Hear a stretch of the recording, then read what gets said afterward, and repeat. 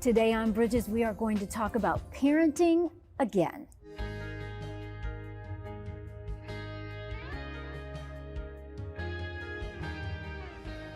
I'm Monica Schmelter, and I'm so glad that you could join us for Bridges today, where we bring you hope for the journey. Whether you're watching on TV, on demand, or listening to the podcast, we're just glad you're here.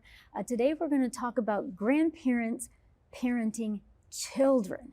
And for most people, that would be a great big shock. So my guest today has her own personal story, Stacy Sanchez. And Stacy, good to have you here today. Thank you for having me. I'm thrilled to be here. Yeah. So when you told me, what is it, 2.7 million? 2.7 million grandparents are raising their grandchildren right now. It's an epidemic. And many people don't know about it. Yeah. Yeah, and some of the grandparents think that they're alone in this. Mm-hmm. They don't know that there's others, but there's 2.7 million. Yeah, because I would imagine, right, a person gets to a place and you think like you're an empty nester, Mm-hmm. and you have all those kinds of empty nester plans. Yes. But I don't have any grandchildren yet, but I've heard they're like the most wonderful. They're precious. They're so yummy. And so I would think as a grandparent, right, if they need you, even though you'd have to change your whole life around, you're like, come on. Yep. But then what does that look like? What does it look like? Yeah, of course. If your grandchild needs you, you're like, bring it on. Mm-hmm. I'm here. I'm your girl. Yeah. But it changes everything. It's like a suddenly that happens in your life. We had plans to retire. We had a little place by the beach and we were going to retire. And then all of a sudden, DCS brings our grandson, he was 7 years old, and puts him at our doorstep and says, here you go. Here you go. Now you get to raise a traumatized child. And it's like, we don't know what. So plans change, and we hadn't saved for raising a child, just for retirement. Right. So we didn't know what to do or how to do it, but we jumped in with both feet and did it. Because you loved Of the 7-year-old grandchild. Yeah. So that's like a surprise that comes to the door. Stacy, did you and your husband feel like we're all alone? Yes. Like there aren't others?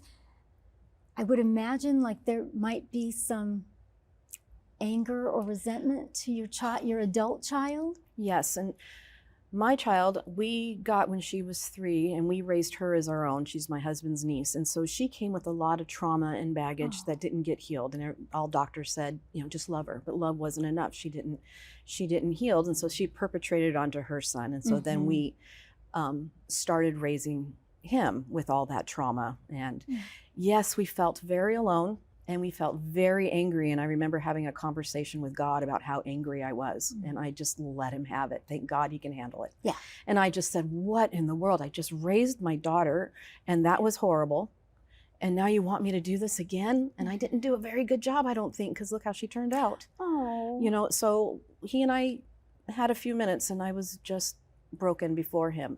And I heard in my spirit, can you give me 10 years? And I thought, yeah, I can do that. I can give you 10 years. And it's been rough. Yeah. But yes, there was times when I was face down on the ground before him saying, I can't do this. I can't even breathe. This hurts so bad because of the trauma my grandson has experienced and what he was perpetrating on other people that we loved. And I'm like, God, I can't do this. And so I couldn't even breathe. And I heard in my spirit, breathe to the rhythm of my love. So I started breathing. And he'd say, take another breath. And so he got me breathing. And then I heard him say, reach out. So I pictured myself reaching out to the hem of his garment. Yeah. And I heard, you're moving forward. You're moving forward. And that's what it took to be able to continue on. And that's when I started feeling the Spirit fill me for this purpose, this calling he's put on my life. And of course, my husband's life, and we're in it together. But that's when I started moving forward and found this ministry that I wanted to start for other grandparents that are going through this that think they're alone. Right. And your ministry is called Parenting Again, Yes. because that's exactly what it is, Yes. right? You're parenting again. And, at a stage and a season in life that, probably isn't the best stage and season to parent. I can't imagine, right? Little toddler. Chasing them around. Yeah. And as we get older, we don't go to the park every day typically. As young parents, you go to the park all the time, you go to all the things. But as an older adult, there isn't that interest or energy. There's not that energy or the patience. Yeah. And so you're learning all over again. You're learning all over again. Yeah. And it's different from when you were raising your children because the culture is completely different. I don't understand the lingo. I don't understand, the apps and the computerese and the texting. I don't know. So you're having to learn all of that all over again. Yeah.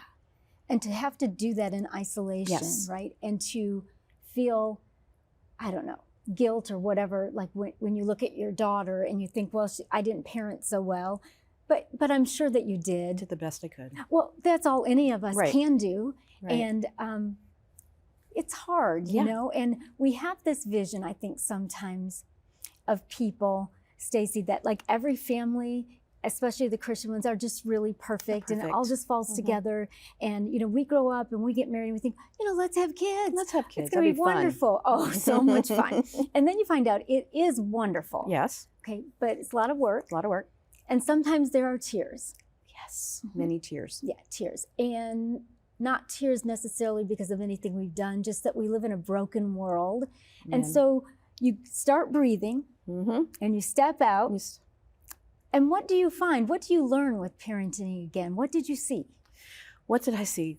About my spiritual walk with Jesus, what did I see? I learned that he is more real than I've ever even imagined him to be. He is right there. And the moving and living and breathing in him becomes extremely rare or real and important. Yeah. Because I can't do it on my own. Yeah. Yeah. Honestly, I wouldn't want to on my own. Yeah.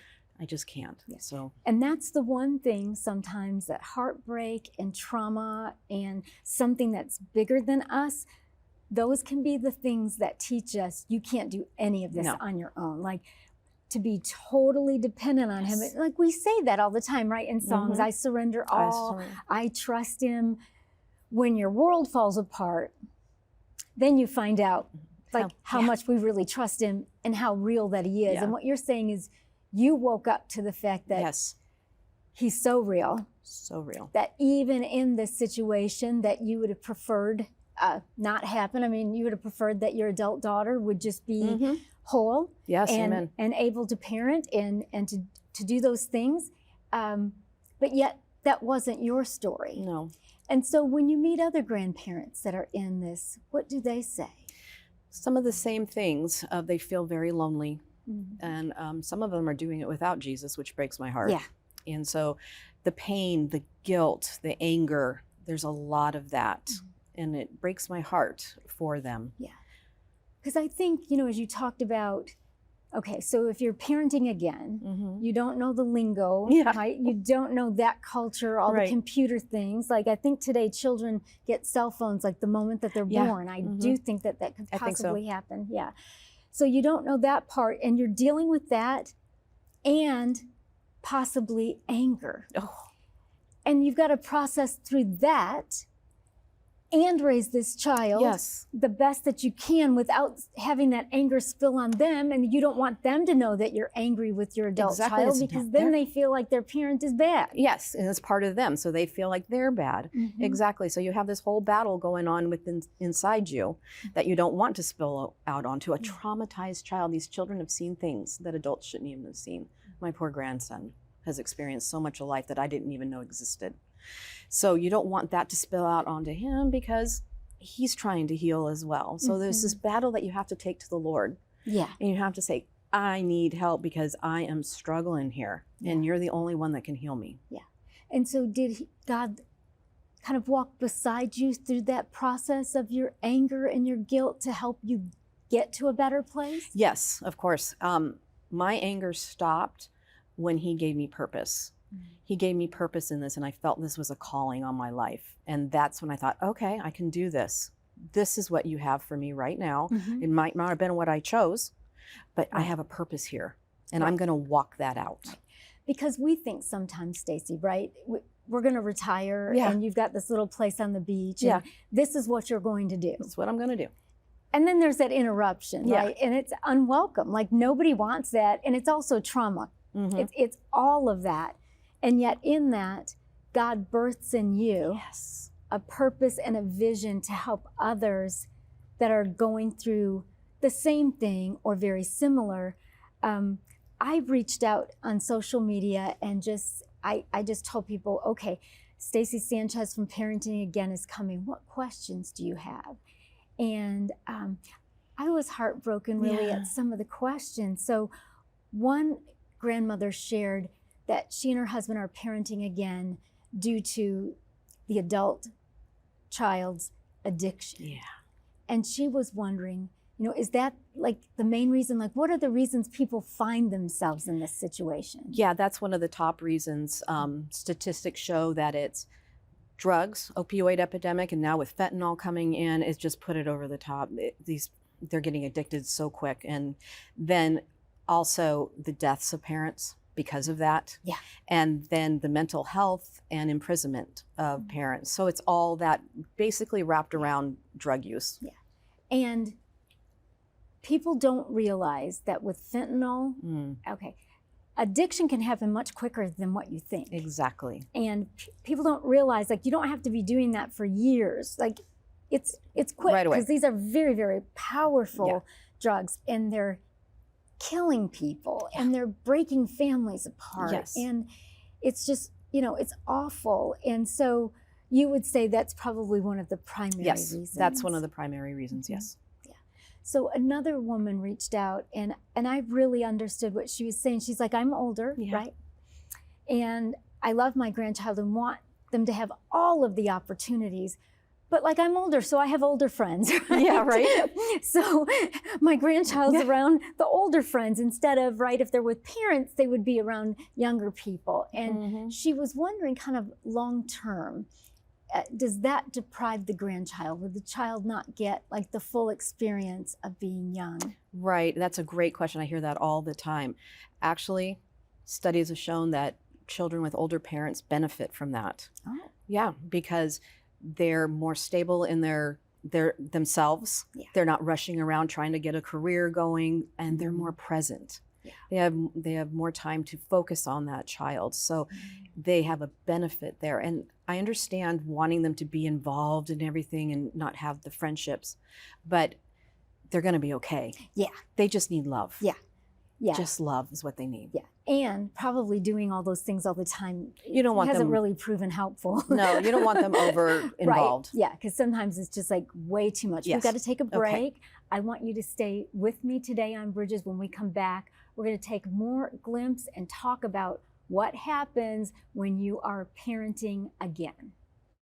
If you enjoy watching Bridges, you can join Monica on Facebook for all the extras. Just visit Facebook and search for Monica Schmelter TV. At Monica Schmelter TV, you'll get a look behind the scenes. You'll learn secrets from the studio, and you'll be among the first to know what's coming up next on Bridges. Best of all, you can connect with Monica for prayer and share what topics you'd most like to see on Bridges. Monica would love to connect with you. Don't give in. God's word says you're an overcomer. It takes training. It takes discipline. And so when you're fighting that good fight of the faith, you take your story, whatever it is, and you saturate it in faith, and you fight for it. Visit monicaschmelter.com to schedule Monica to speak at your next event. If you are just joining us today on Bridges, we are talking about parenting again. And Stacey, you learned that firsthand when you said it was DCS brought your grandson to the doorstep. Yes. I can't imagine like what a shock that was. Oh, you have no idea. It was great because they put him there. We opened the door and he said, "Oh, I know all the secrets here." I don't know what that means, but little did I know he had a whole bunch of secrets that he was going to unveil upon us. So it was just a funny day. Yeah. But when you say that statistic of 2.7 million, that's like a lot of suddenlies and surprises and people who were not thinking that they would do this. And I hadn't really thought about it, but like you were saying, you hadn't saved up money to raise another child because it's expensive to raise a kid. It's expensive to raise a kid, and especially a traumatized child that needs care and psychological input, and all that costs money. And grandparents are not like those in the foster care system. We have nothing. We have no stipend, we have no support, we have nothing. And we're saving the foster care system a lot of money by taking these children. They don't want them. Right. And we get nothing. And we've only saved for retirement or, Right. whatever. We didn't save to raise another child. Yeah. And so, uniforms and school supplies and everything is so expensive. Well, and to do any type of sports or Anything. any type of hobby, even snacks. Yeah. Schools are always asking, send this, send that. Mhm. So there's a lot that you just really weren't prepared No. for. What do you find is like the most common concern of somebody parenting again? The most common, I think, would be, depending on the age, if they're going to live long enough to be able to raise this child and what would happen to them afterwards. Is their money going to last long enough? Those are the two main concerns. How awful. Yeah, it's sad. How awful.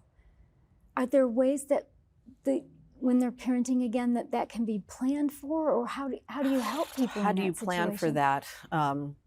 No, I don't think that's necessarily something you can plan for. Mhm. There's not a lot of help that they can go get. There are places that are trying to do this. I think if you go to grandfamily.org, Mhm. that's a good place to start, and they can kind of put in their state. I would go to your state's Council on Aging, Mhm. and they can maybe put you in the right direction for that. But there's not a lot of help for grandparents, and that's why we need to make some changes in the laws to at least make us equal with Yeah. foster care. Absolutely. I Yeah. guess foster care, the government is thinking, but that is your grandchild, so therefore Exactly. we don't have to do anything because that is your family. Right. And yet we don't want children to have to go to foster care. I No. mean, it is much better for them Yes. to be with exactly. a family member that really loves them and wants their best interest and praise and just helps raise this child. What do you say to people when they say, like, Stacey, I don't even know where to start? Well, find a group. Google grandparenting groups in my area. Get Mhm. in a group of people. Don't stay solo, because the enemy likes to come in and pick us off one by one that Yeah. way. So find yourself a group, and they are popping up all over. Like I said, grandfamily.org, Aging Council in your state, and get in a group of like-minded people. On my website, Yeah. there is a way for churches to start grandparenting groups, because it's different than a foster care group. They have Mhm. unique needs, and it's Yeah. different than grandparenting groups, because who wants to go to a movie with a toddler? All your friends are kind of going off doing stuff, and you can't drag a toddler around. Right. So they have unique needs, and they need groups. Because I was wondering about that as we were talking, Stacey, like, that's not something that the church even thought about, No. say 10 years No. ago. Like, so this is it Brand not new. only is an epidemic, but it's a new epidemic. Yeah. And people trying to figure out how to respond and how to be helpful.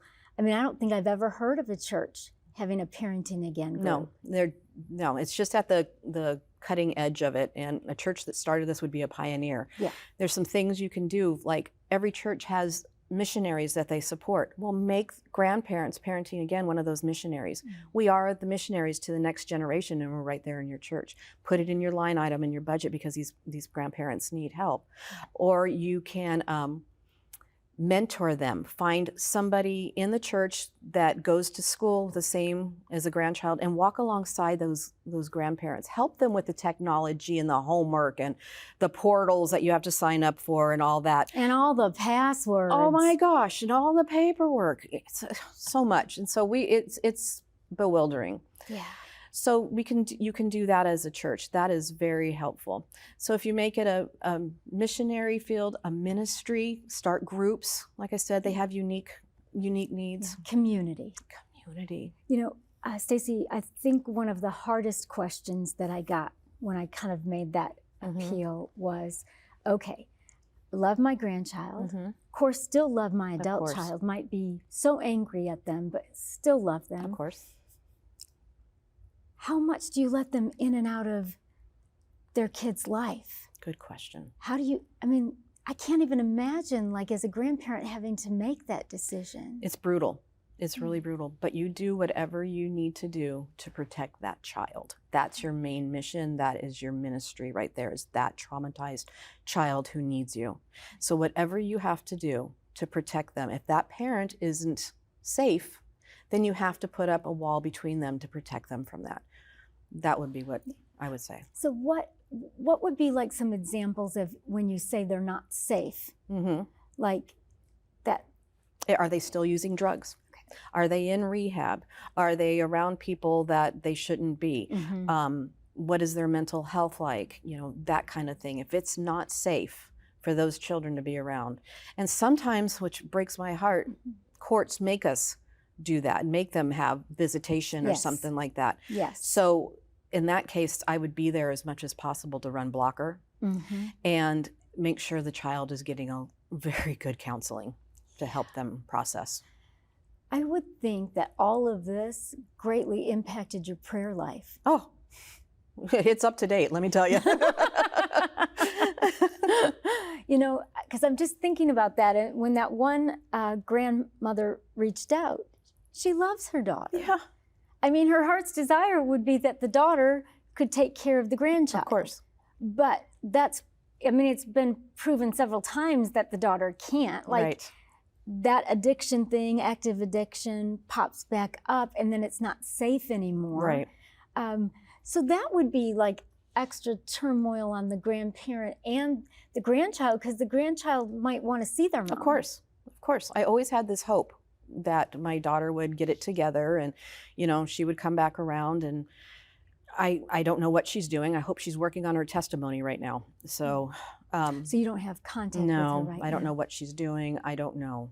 Last I heard, she was in jail, but I don't know. So I always had that hope. So now I've taken that hope and I've transferred it over onto my grandson. I let her go into God's hands Yeah. and say, you love her more than I do. Mhm. And now I need to hope for him.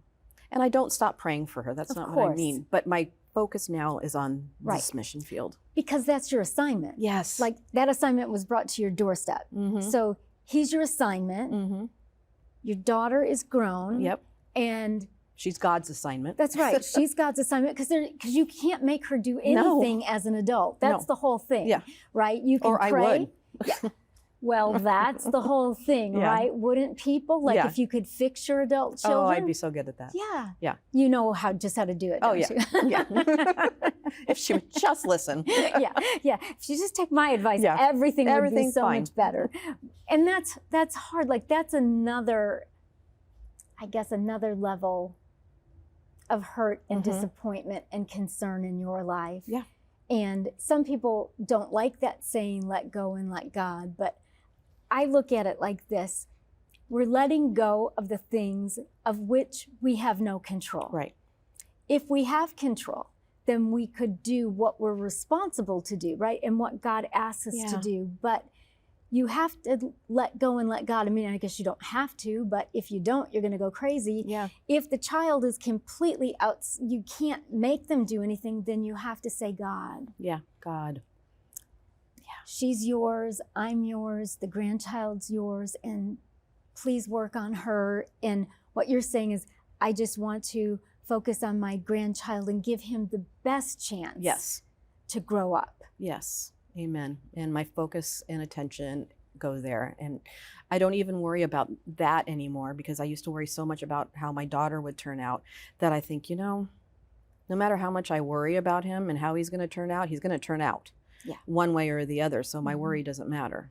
No, it doesn't. Mm-mm. No, the Bible is right when it says worry doesn't change a thing. Not a thing. Right? It can't make your hair grow longer or shorter. Worry's a sin, but I'll say there are times I'm like really worried Yeah. about all the things All the things. and all the people and all the ones that if they would just If do they what would I just. say, we could all just Yes. be happy. Yes. And yet, in so many of those circumstances, Stacy, that's where I've learned my greatest lesson. Yeah. Is the heartbreak of, you watch somebody make decisions that you just know that's not a good decision for today, and it's not a good decision for tomorrow, but it is right out of our hands. Yep. So we've got just a couple of minutes left. What would you say to someone right now, maybe a grandma or grandpa that does feel alone and ridden with guilt over their adult child or children and overrun with kids in the house. Yeah, what I would say is you're not alone. There's many of us out there. Find a group. Really Google a group and get in it. Don't do this by yourself, because we're not meant to be alone. We're meant to be in community, and iron sharpening iron. There's other people that want to help you. And I understand the anger. I understand the heartache. Give it to God, because he's the one that can heal it. Nothing you do about worrying about it or getting sick over it or sad or angry will change it. Or even trying to fix it. Yeah.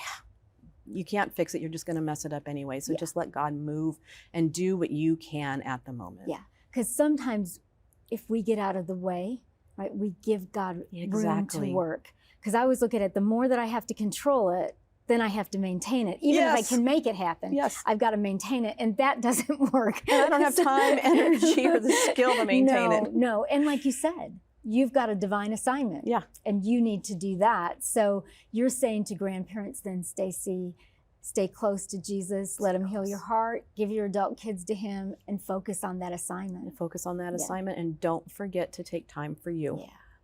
Take time alone for you. I know it's hard sometimes, but it's important. Yeah. Well, I want to thank you. We're all out of time, but I want to thank you for joining me today on Bridges. And I want to thank all of you for joining me today on Bridges. I will see you next time on Bridges with more hope for the journey. Don't give in. God's word says you're an overcomer. It takes training. It takes discipline. And so when you're fighting that good fight of the faith, you take your story, whatever it is, and you saturate it in faith, and you fight for it. Visit monicaschmelter.com to schedule Monica to speak at your next event. Finding hope in today's life is not always easy. Bridges with Monica Schmelter is making it simple. You can now listen to podcast episodes on popular platforms like iTunes, Spotify, iHeartRadio, Life Audio, and more by searching for Monica Schmelter to find God's hope for your journey. Life can be hard and days can be long. So if you're looking for hope for the journey, monicaschmelter.com is a great place to get started. On monicaschmelter.com, you'll find Monica's teachings on demand. And if you're looking to really grow your faith, you'll find online extras are available with every teaching. So don't wait another day. Get started now at monicaschmelter.com and you will find hope for the journey. Thick skin and a tender heart. Now that's a prayer that I've prayed more than once. Why?